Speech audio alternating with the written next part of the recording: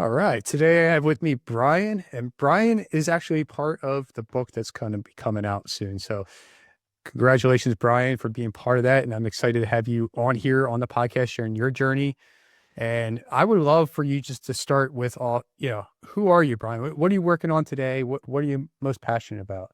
Um, right now I'm most passionate about my podcast and building that as a resource and so it's called Traces of Trauma, and it's the place where I am engaging in my own healing work. I spent 20 years plus doing transformational work and personal development work, dealing with post-combat PTSD and the way that escalated all of the other traumas that weren't as intense before.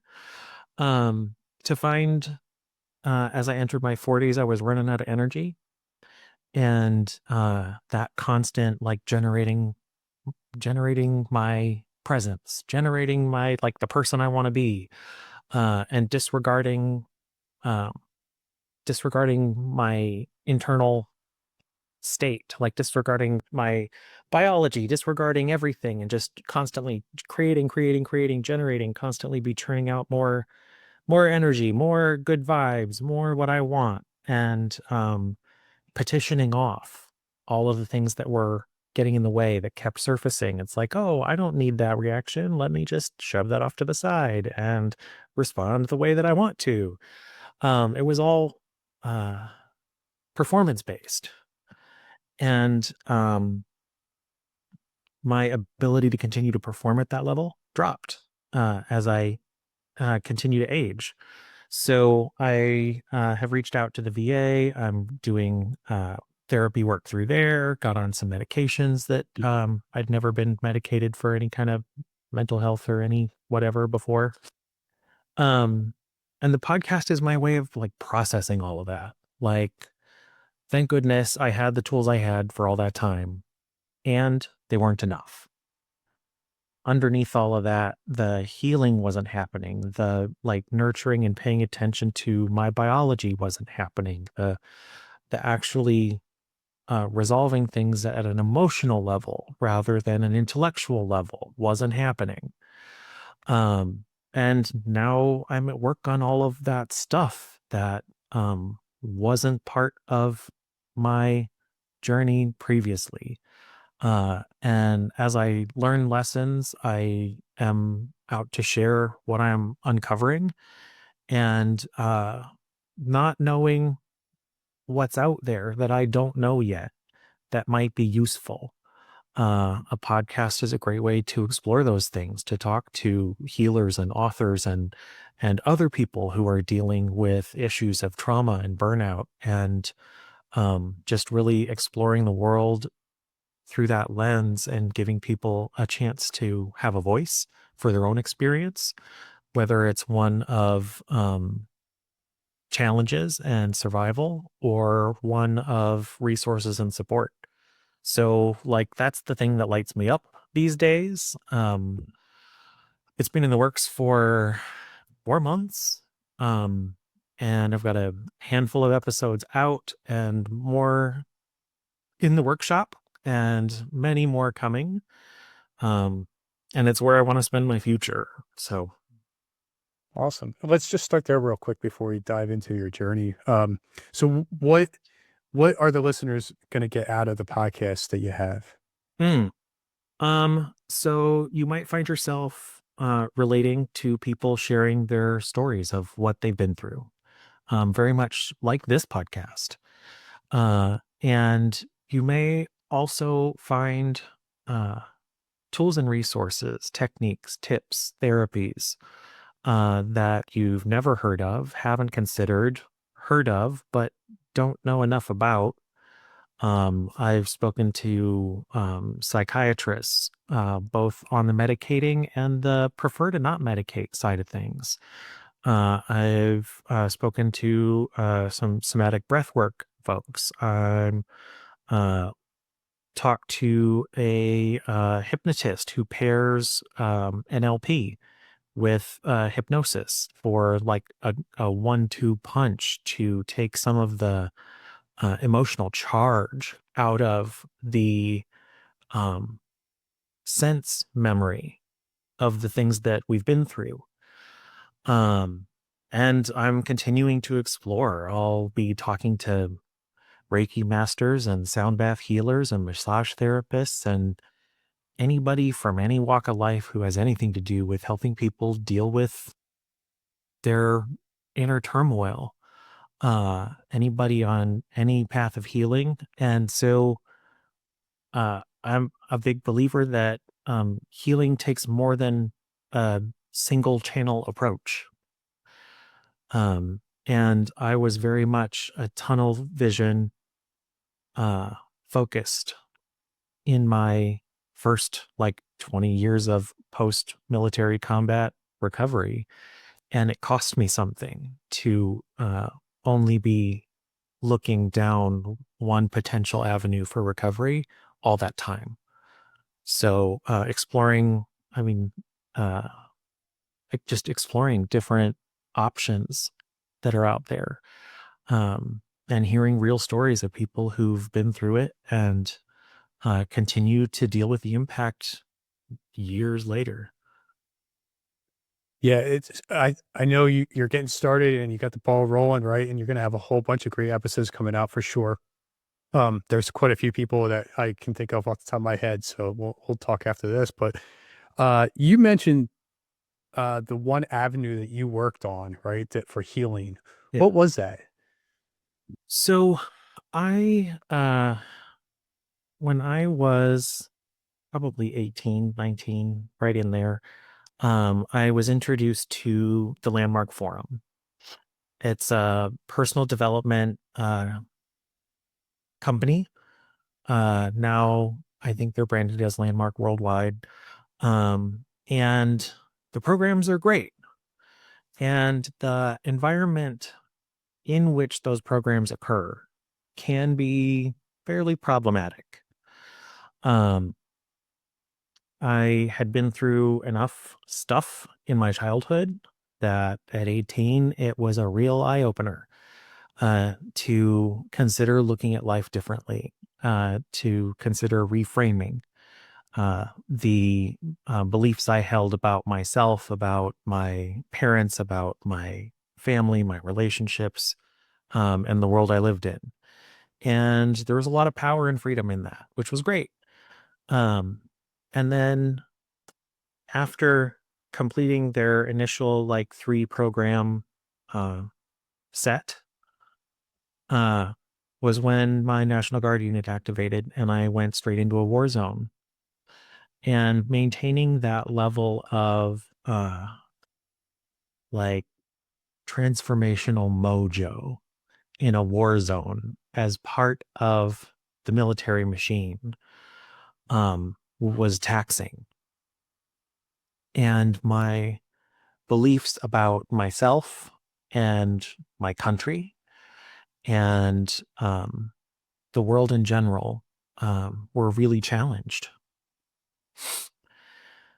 And I came back from that experience with all of the like light and love and just like potent, like it was a force for good for humanity. And all of that was snuffed out.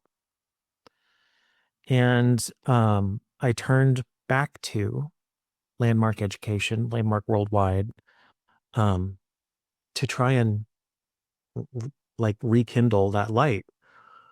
And that's where I spent like 20 plus years. I wound up working at their corporate headquarters out in San Francisco. It became a, a core part of who I am and how I function. And 20 years ago, the conversation for mental health was nowhere near where it is today.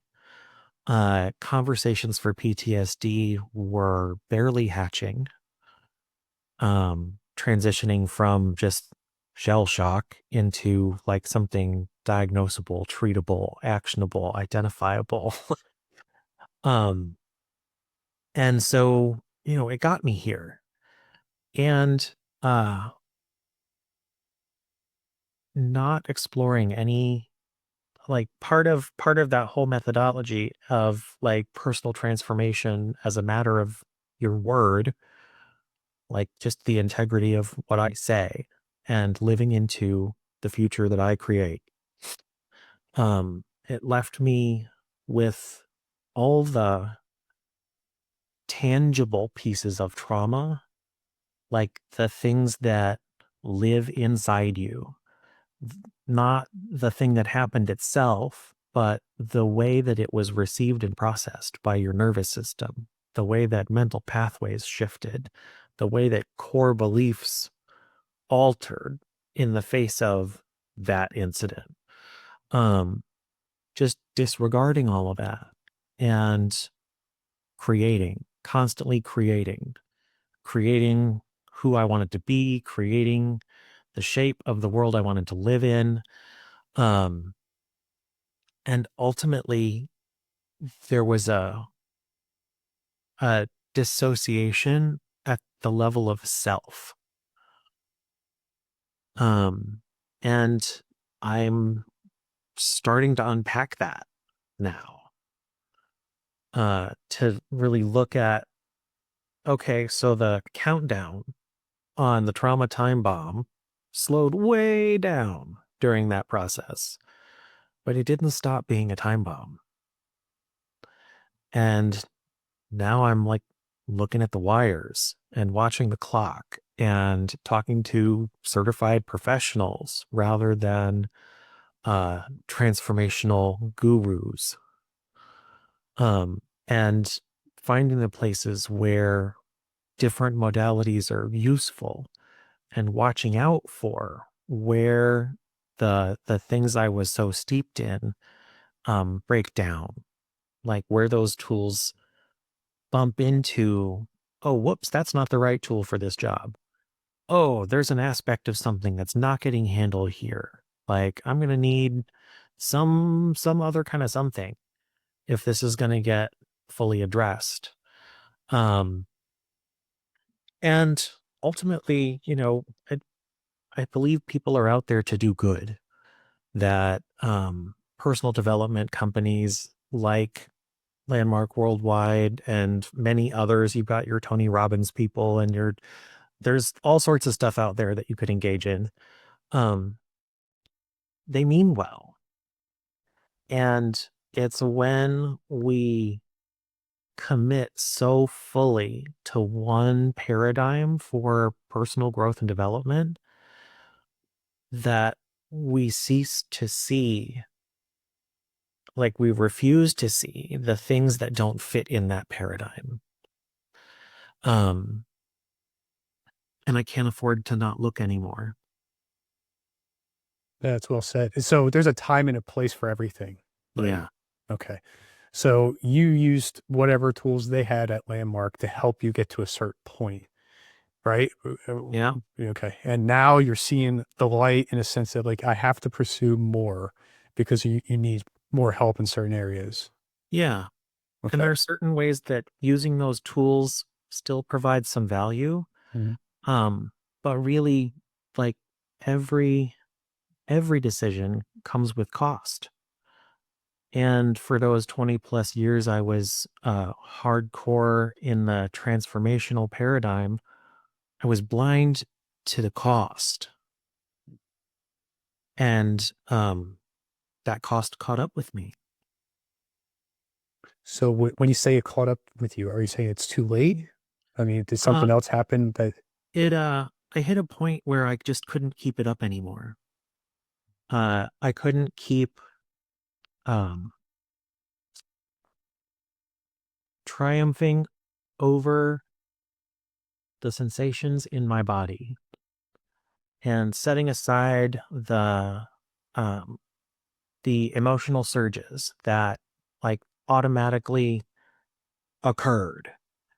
It was a constant um battle of having emotional floods that were inappropriate to the circumstance catching those floods before anyone else knew they were happening and presenting myself in a way that was effective and produced results and like provided something like a semblance of the life that I wanted. And there's a really like lighthearted, positive way to describe that. And then there's recognizing the denial of my own experience that was inherent in that way of operating.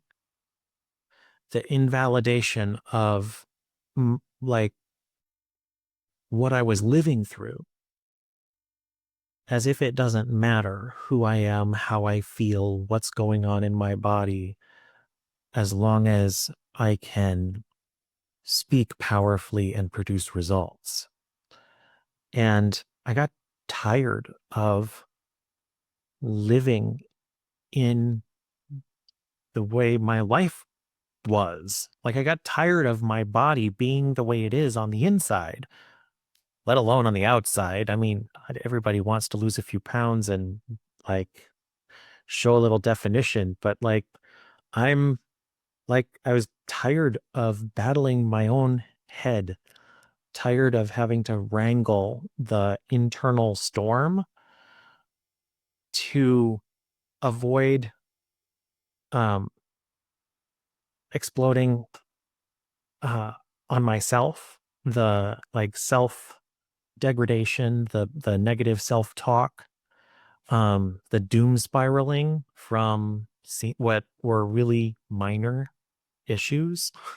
Like, uh, having to map out all the potential ways that life could go and the impact of every decision that ripples out from this moment so that I could make the best possible decision that was going to like have me have the best chance of not only surviving, but thriving. And moment to moment to moment to moment was navigating that massive, complex web of impact. And I was working at Starbucks, and my store manager asked me a question. And then she stopped and she was like, wait, what's going on here? What are you doing? What's happening? Like, talk to me. I was like, what? She's like, okay, I was doing this with my hands, like just strumming my fingers. And she's like, so I see this happening with your hands. I see like you're flushed, like my chest was like red and blotchy. I'm used to that, right? Like, she's like, does it feel like there's like a heavy like swirling in your chest? And it's like, yeah. She's like, and you're trying to figure out how to answer this question so that you answer the like in a way that I'm satisfied with your response, but you don't really know quite what to say because like there's like a million things all firing at once. And I was like, yeah. She's like, okay, you're having an anxiety attack. And I don't know exactly what I said, but it was something to the effect of, shut the fuck up. What are you talking about? Yeah. That's not me. Yeah. It's like, no, that's like an anxiety attack. I was like, oh, well, this happens at least 3 times a day, every day I come to work. And then it happens like all the time in my life. Like this is just how people are, right? Like this is what it's like to be a person, is to have this experience over and over and over and over again until you feel like you can't go on and adulting sucks and we all understand. She's like, no. Like, you're having anxiety attacks. Like this is not like what everybody goes through. I was like, oh shit.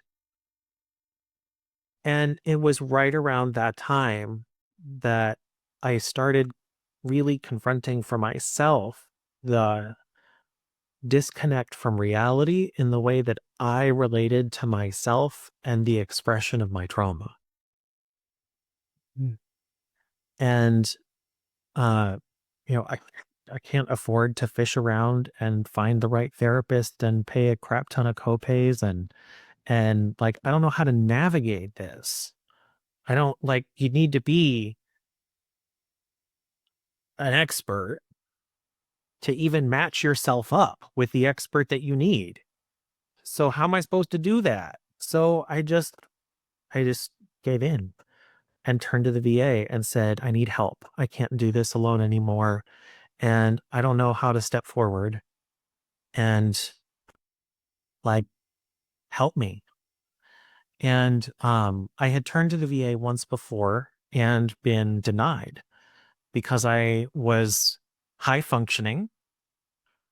I wasn't so broke that I was like beyond poverty and like homeless or unable to feed myself. And I didn't have a military medical record that already demonstrated the prerequisites for a service connected disability.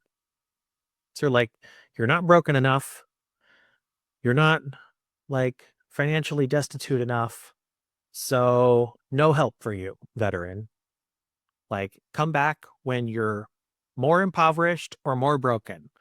Yeah. It's like, what the hell, right? Mhm. Um, and during the Biden administration, something went through called the PACT Act, where essentially, if you served in certain locations in the world, um, the government will presume themselves responsible as a result of we will just automatically assume that you were exposed to all of these chemicals, all of these conditions, all of these things, and that these are the known outcomes of those exposures. These are the impacts that are to be expected from anybody who spent any amount of time in these certain areas during these like wide windows of time.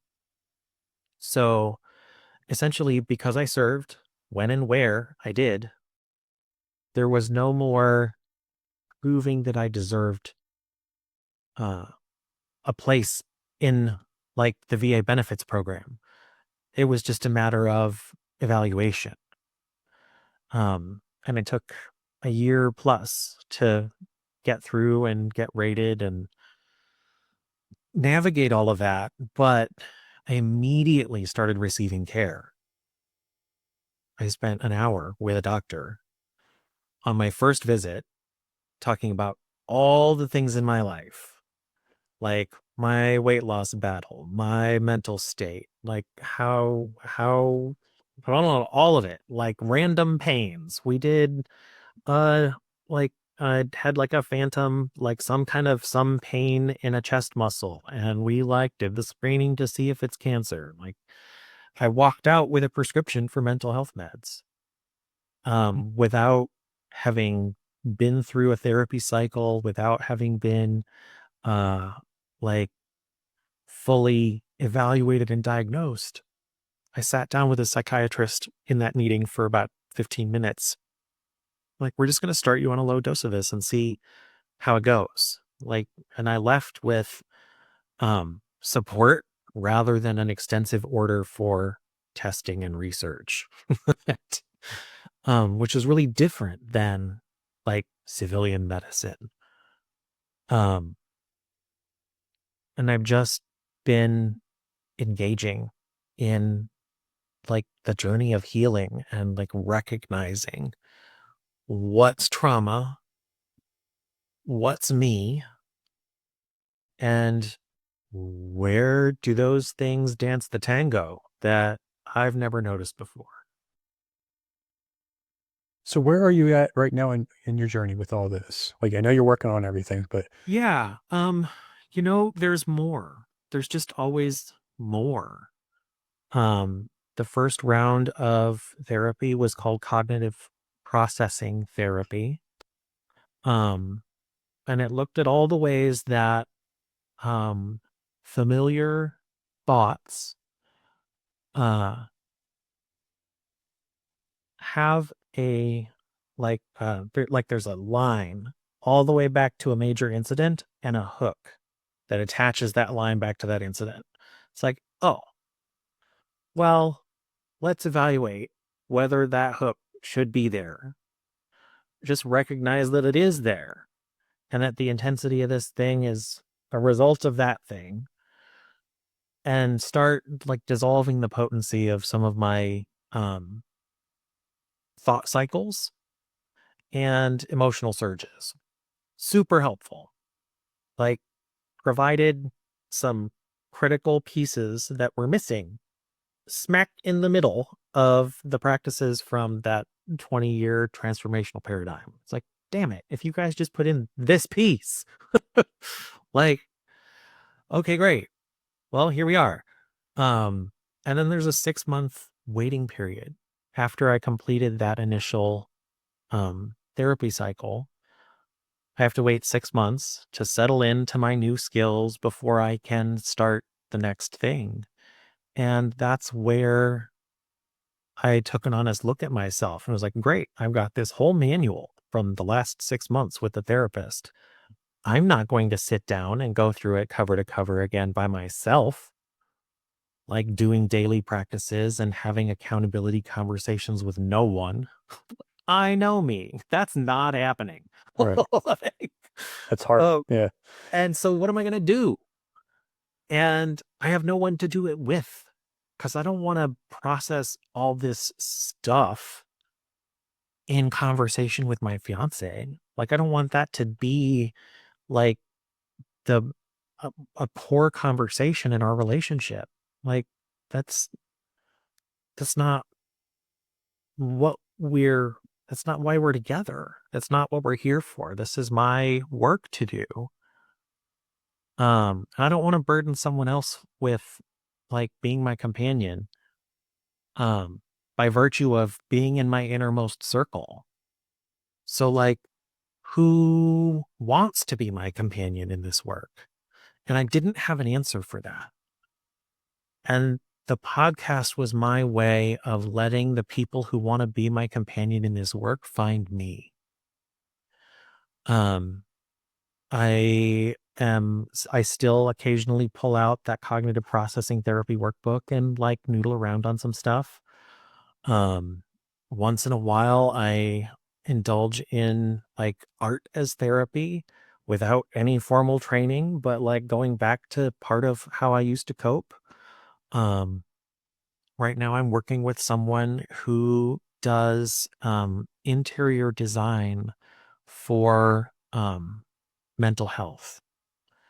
So she specializes and her business is called Practical Sanctuary, in helping people redesign their spaces so that whether it's autism, ADHD, some other kind of like neurodivergence or mental health issue, your home is a series of spaces that set you up for success rather than being a reflection of the challenges. Like, my office is a disaster.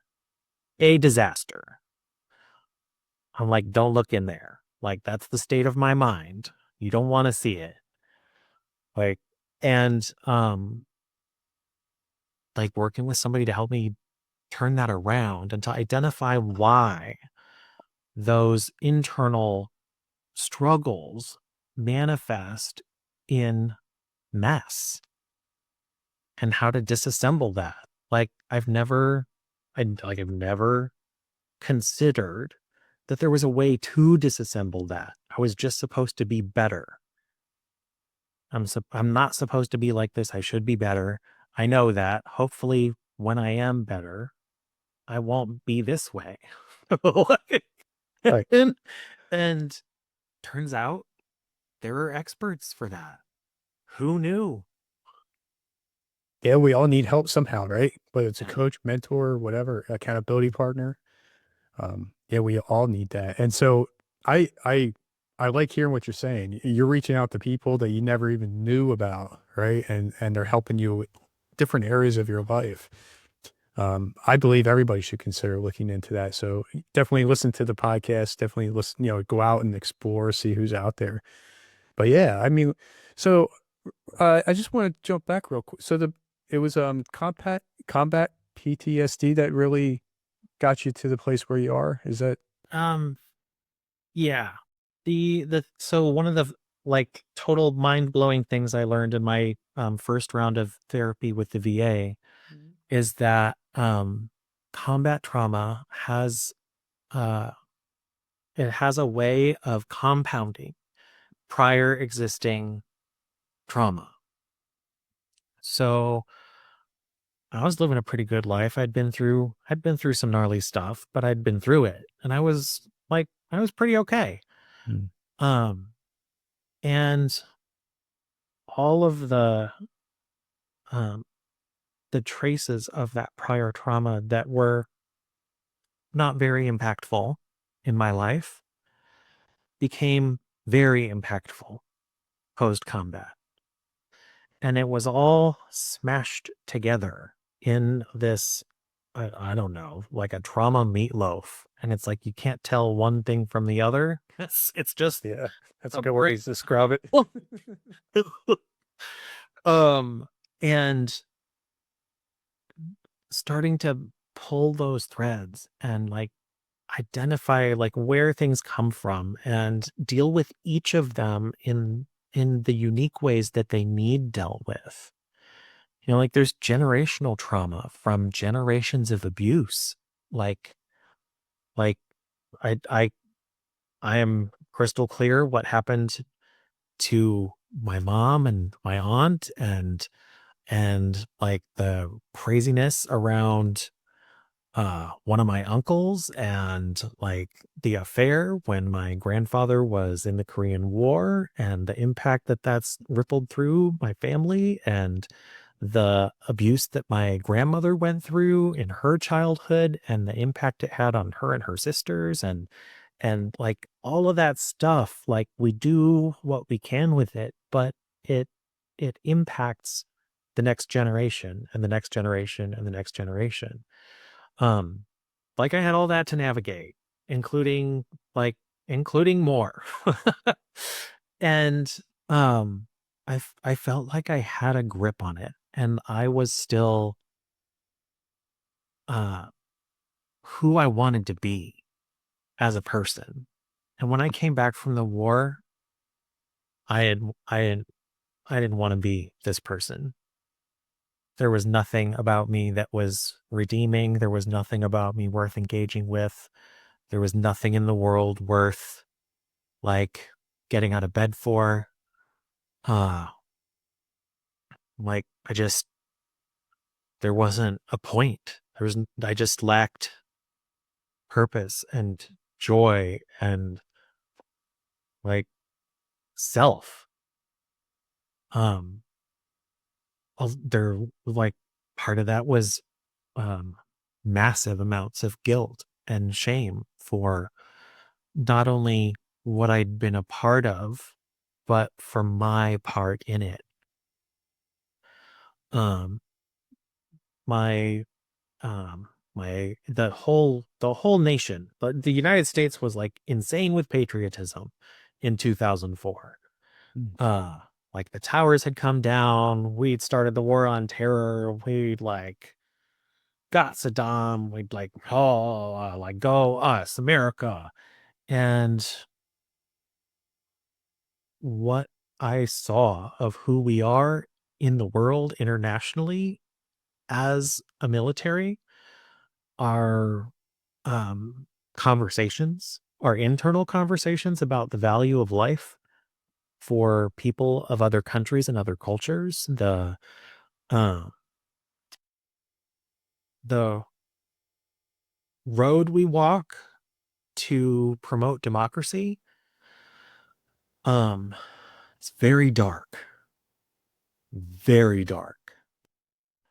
and I I was a veteran who had no pride in my country, no pride in my military, no pride in my service. And everybody wanted to thank me for my service and like kiss my feet for protecting their freedom. And it's like, you have no idea what you're talking about. Like just, and all I wanted to do was hide. I didn't want to be part of the world anymore. And it wasn't like I was looking for an end to my life, but I wanted nothing to do with life in general. So here I am, just like staying in my house and like going to the grocery store and eating and playing video games and like being fat and miserable. And I've like turned that like I've turned that into this. Mhm. Um and there are still things to discover for me about uh what shapes me that has been beyond my view. And how can I recognize those pieces and address them effectively with um, compassion and courage instead of judgment and derision. Um, and I don't know where I'll go next, but like this is where I am now. Right. Well said. Yeah. So you're working on one thing at a time in a sense, right? And I believe that's what we all have to do is just focus on one area and slowly grow from there. And as you heal yourself in a way in certain areas, you're going to open up another wound, I would assume, and have to navigate that and keep going. So we're never ever going to be truly healed. We're just going to get better and better and better along the way. Yeah. Um, this is great, Brian. I appreciate you sharing everything you just shared on here. So, can you just name your podcast again, and where people can find it, and how people can connect and reach out to you to learn more what you have to offer and how you can support Yeah. them? So the podcast is called Traces of Trauma. It's on all the major platforms. Um, and you can find me on Facebook, on Substack, where I write more of my personal story. And I'm working on putting together and launching a community for our listeners to come together and share experiences with each other, and find support and resources and accountability for doing their own work of healing and some partnership and companionship in their journey. So more to come, but you'll find me on platforms at Traces of Trauma. Awesome. So I would encourage everybody to go over to that podcast, and then you'll learn more as Brian develops this community and stuff and become part of that. That's cool. So I have one question I ask you. You probably already know this already, but what are three key things you've learned and used along your journey? Ooh, okay. Three things. Gosh. Um, Absolutely every single piece of us is valuable. There are no responses or uh like emotional reactions or the knee jerk like replies. They're all of that um served a purpose. And in the right situation, it would still be the right response. So there's nothing wrong with the reactions that we find so frustrating. Um, they probably saved our life at one point, and it's just a matter of uh, learning to regulate. So that's thing two is like learning to regulate, like recognizing when I can feel my heartbeat in every part of my body, when like I am amped in some kind of emotional flood, and how to come back from that. not just how to throttle it and present well, but how to actually come back from it. And like regulating looks different in different circumstances. The same tool doesn't always work. It takes having a variety of tools and a variety of approaches. And I think that's thing 3. Like it takes a village. It takes a village of people around us. It takes a village of resources, because human beings are complicated. We aren't just one thing that reacts one way for one reason.